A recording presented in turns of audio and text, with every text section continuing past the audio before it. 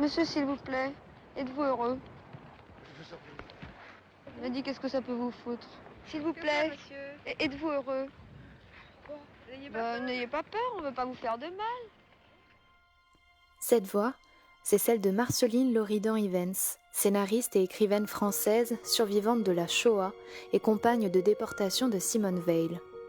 Ici, elle mène une étude sur le bonheur dans le documentaire Chronique d'un été, première expérience de cinéma vérité en France, orchestrée par Edgar Morin et Jean Rouch.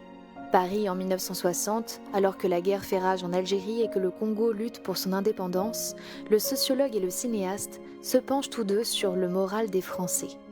Au Théâtre des 13 Vents, Justine Lequette propose un projet inspiré du documentaire. La pièce « J'abandonne une partie de moi que j'adapte » rejoue des scènes, l'histoire et réinterprète à sa manière l'étude sociologique du documentaire. À Loco, en attendant de pouvoir découvrir la pièce, on a revu le documentaire. On est retombé sous le charme de Marceline et on a eu envie, nous aussi, d'aller à la rencontre de nos contemporains pour leur demander à notre tour s'ils sont heureux. Oui, je suis heureux, globalement, mais qu'est-ce qui rend les gens heureux? Compliqué. Déjà, naître en France, naître dans un pays riche, mais on n'a pas choisi, et c'est une chance. On n'est pas forcément heureux parce qu'on est en bonne santé, parce que tu vois des gens qui sont en bonne santé, qui sont malheureux, puis des gens qui sont malheureusement handicapés, ils sont très heureux. L'argent, c'est pareil, puis ça dure pas le bonheur, c'est un moment dans la vie. Actuellement, ouais, je suis un retraité heureux. Avec une belle imprimante 3D, mon dernier jouet.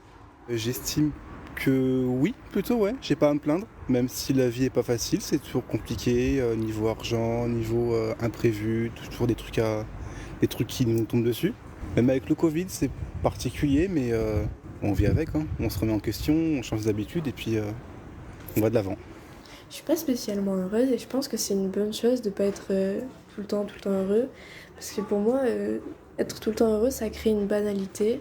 Et pour moi, le bonheur, c'est important que ça soit plus éphémère, parce que c'est là où des souvenirs vont nous marquer. Alors que si ça devient une banalité, en fait, ça va pas forcément nous marquer, comme si c'était justement éphémère, comme si c'était un passage très important. C'est comme pour la tristesse. Moi, je suis plus malheureuse que heureuse, mais j'en suis contente parce que ça rend mes moments heureux plus beaux. Et au final, dans mon malheur, vu que je m'y suis habituée, ça devient une banalité.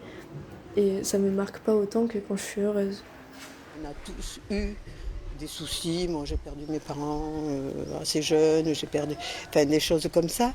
Mais après, je me dis, quand, mettons, l'après-midi ou même le matin, je vais nager, voilà, je fais mes bassins et je me dis, qu'est-ce que tu es heureuse? Parce qu'il y a des gens qui souhaiteraient avoir pour leurs vacances le lieu où on vit. Bon, moi, je suis d'un naturel quand même assez pessimiste, mais en même temps, je me dis qu'il faut se contenter de choses comme ça, quoi. Je veux dire...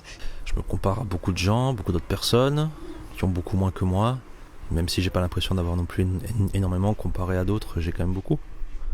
Donc oui, je dirais que oui, je suis quand même heureux.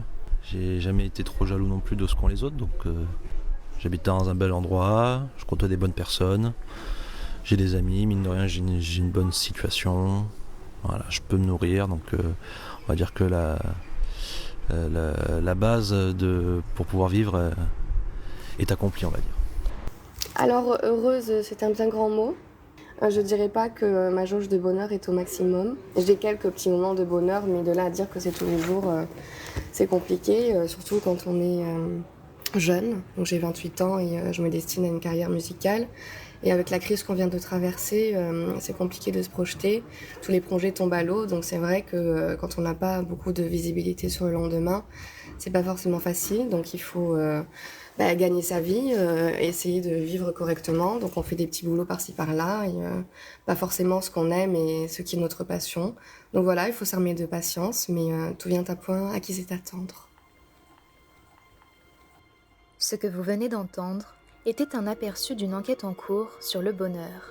En attendant de découvrir la suite, la pièce de théâtre « J'abandonne une partie de moi que j'adapte » marche dans les pas de Edgar Morin et de Jean Rouch, cherchant à comprendre le monde, s'interrogeant sur le travail, l'amour et l'existence.